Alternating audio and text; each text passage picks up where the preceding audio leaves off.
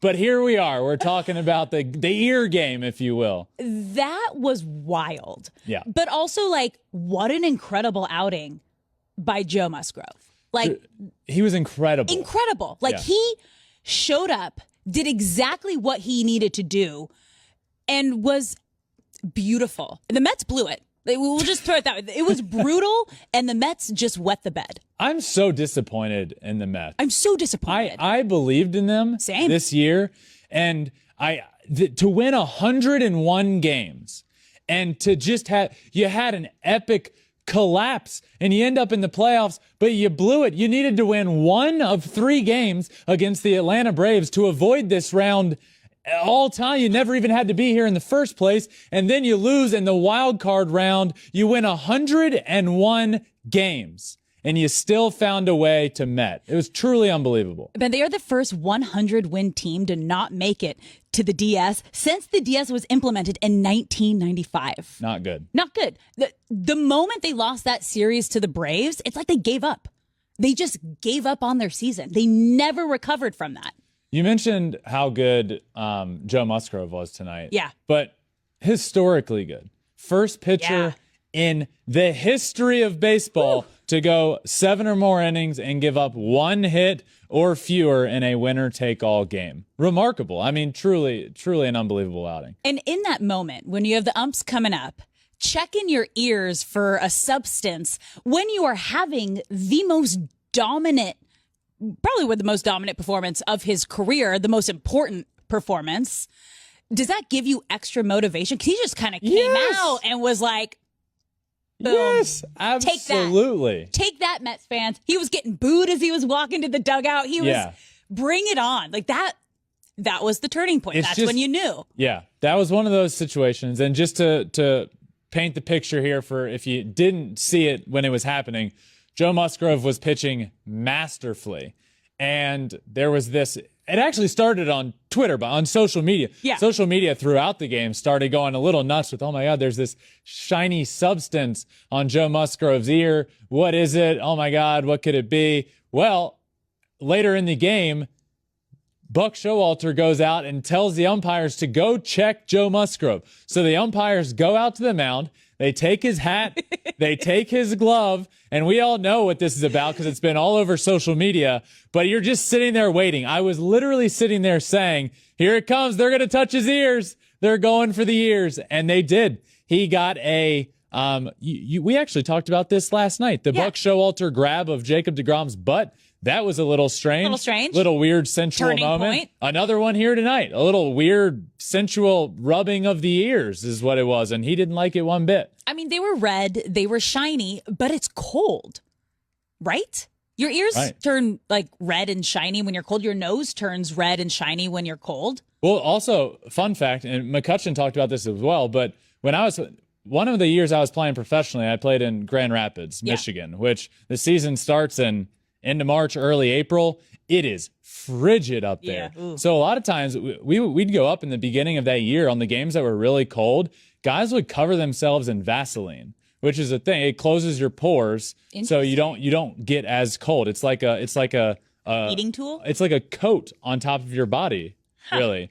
So a lot of guys would do that. So I don't know if this was that sort of situation, but Andrew McCutcheon tweeted about this as well. He said, here we go. I guarantee Musgrove has red hot on his ears. Pitchers use it as a mechanism to stay locked in during games. It burns like crazy, and I don't know why some guys think it helps, but in no way is it sticky. Buck is smart, though. Could be trying to just throw him off. So here's what it's definitely a gamesmanship thing, but this is a situation where you better be right. Sure, it can be gamesmanship, but you better be right if you're going to have something like this happen. You can't be wrong and have umpires out there in a playoff game checking a guy's ears. It's just a wild situation. So I'm curious now because we saw the Padres kind of like stopping and pausing Chris Bassett during the beginning of the game, taking time out, kind of throwing him off of his game a little bit. And it was not just once. It became consistent to the point where you're like, okay, it's getting a bit much. Was this kind of his, let me try to throw your guy off? Yeah. I don't know. Well, maybe he should have checked his own bat rack for holes in the bats rather than checking Joe Musgrove's ears for sticky substances. I mean, it was ridiculous. 0 runs. They end up getting blown out. Game ends. Padres advance 6-0. You had the ear check. You had this game just continuing the legend that is Trent Grisham, by the way. Yeah. He didn't have a good year by any means. He was a player that they were kind of hoping could be good, but then he didn't have a good year at all. But his September and October, leading into the playoffs, September and October, he hit 107 in over a month. 107 with 6 hits in the entire month, 1 double and 1 home run. And in the playoffs, 2022, 3 games, 500, 4 hits, 2 home runs, 4 RBIs, 4 runs scored, an OPS of over 1,800. Stars are born in the playoffs. Like, that's where good players can become great, where average players can take it to the next level. And where below average players can become superstars. Where someone comes out of nowhere.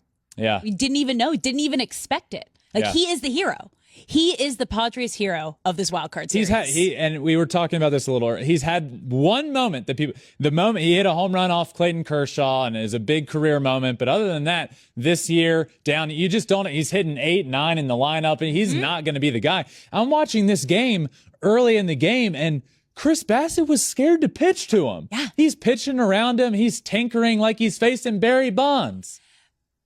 It was wild. Bassett never found his groove. No, it was he couldn't hear the pitch, the location, what pitch they want. You could literally read his lips like what pitch.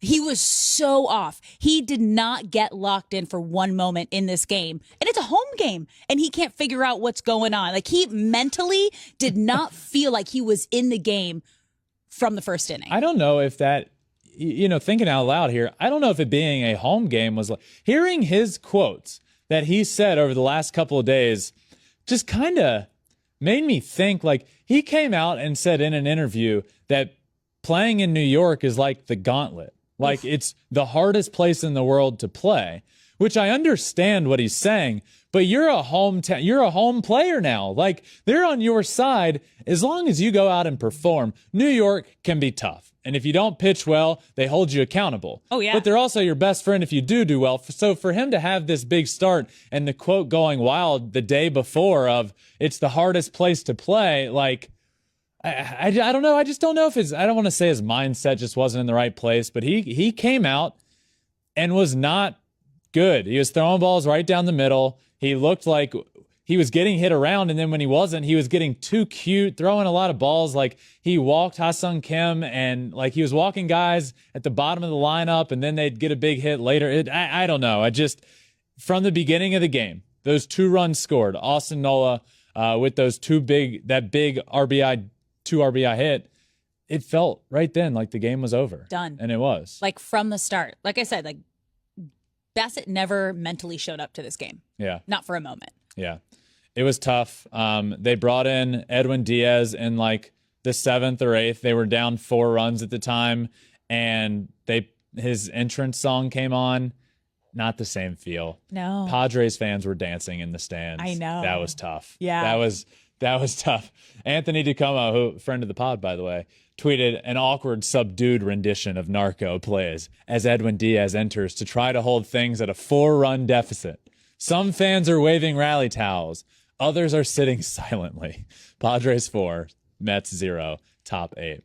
They should have gone with the shoe on top of their head. It's not his stage. That's not his time to come out and shine. That's not his time. And that's not the time that you want that song to shine. It was just all weird. It was just a weird game. The Mets royally blew it tonight. They blew it tonight. They blew the season. They needed to win one game against the Atlanta Braves to win the division, to not have to play in the first round, to have a bye, to set up your rotation however you want, and they didn't do it. They blew it. Yes, it all came down to this game tonight, but what an epic collapse is what it was. It was a collapse. But can we say congratulations to the San Diego Padres? Absolutely. Because they showed up, and they deserve to win this series hands down. And yeah.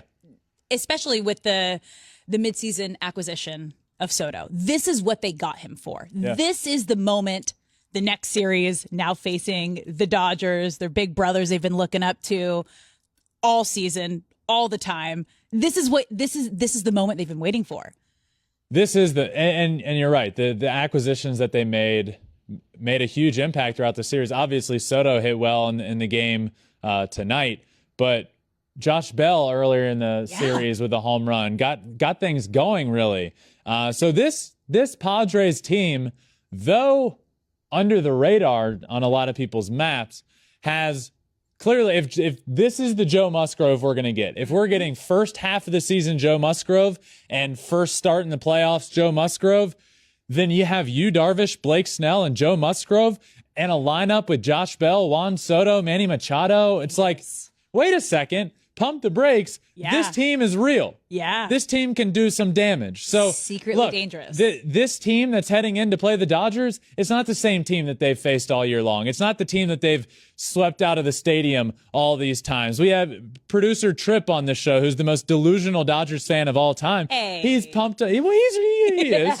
We're gonna have Tripp on. Okay. We're gonna have Tripp on this show going. We need a segment with Tripp to talk about his Dodgers love. But the second he hears, and I think this is this is what Dodgers fans are thinking, yes, it's the Padres. We always handle them well. This is going to be an easy matchup. No. They might sweep them, but it's not a cakewalk. This team is real and it's legit. And congratulations to the San Diego Padres for defeating the Mets in Queens, one of the best teams in baseball all year long, and they got it done. Thanks for watching. If you love flipping bats, swinging 3-0, or just talking ball, join us. Call us at 213-537-9339 with your questions. We have a weekly guest, and we have a lot of fun, so hit that subscribe button.